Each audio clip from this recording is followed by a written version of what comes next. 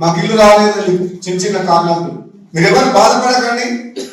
మునుగోడు నియోజకవర్గంలో అర్హులైన పేదలందరికీ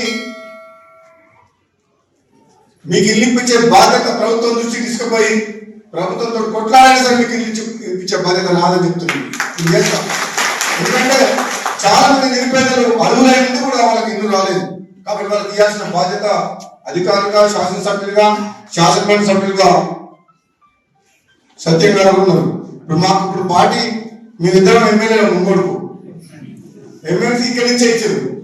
పొత్తులో భాగంగా అప్పుడు శాసనమండలి మున్గోడు బీజేపీలో పోయినప్పుడు పొత్తు సిపిఐ కాదు, పొత్తులో భాగంగా జరిగేది అయిపోతుంది.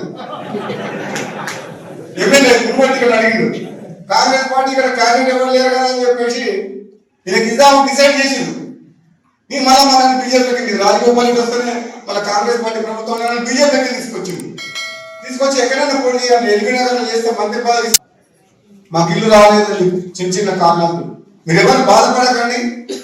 మునుగోడు నియోజకవర్గంలో అర్హులైన పేదలందరికీ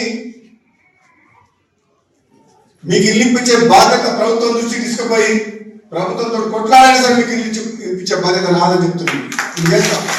ఎందుకంటే చాలా మంది నిరుపేదలు అర్హులైనందుకు కూడా వాళ్ళకి ఇల్లు రాలేదు. కాబట్టి వాళ్ళకి ఇవ్వాల్సిన బాధ్యత అధికారులుగా, శాసనసభ్యులుగా, శాసనమండలి సభ్యులుగా సత్యంగా ఉన్నారు. ఇప్పుడు పార్టీ మీరిద్దరం ఎమ్మెల్యేలు ముంగోడుకు ఎమ్మెల్సీ ఇక్కడి నుంచే ఇచ్చారు. పొత్తులో భాగంగా అప్పుడు శాసనమండలి మున్గోడు బీజేపీలో పోయినప్పుడు పొత్తు సిపిఐ కాదు, పొత్తులో భాగంగా జరిగేది అయిపోతుంది.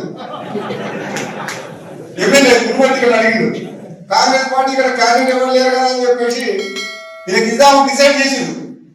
నేను మళ్ళీ మనల్ని బీజేపీకి రాజగోపాల్ రెడ్డి వస్తేనే మళ్ళీ కాంగ్రెస్ పార్టీ ప్రభుత్వం బీజేపీకి తీసుకొచ్చింది. తీసుకొచ్చి ఎక్కడైనా పోటీ చేయాలి, ఎల్బీనగర్ చేస్తే మంత్రి పదవి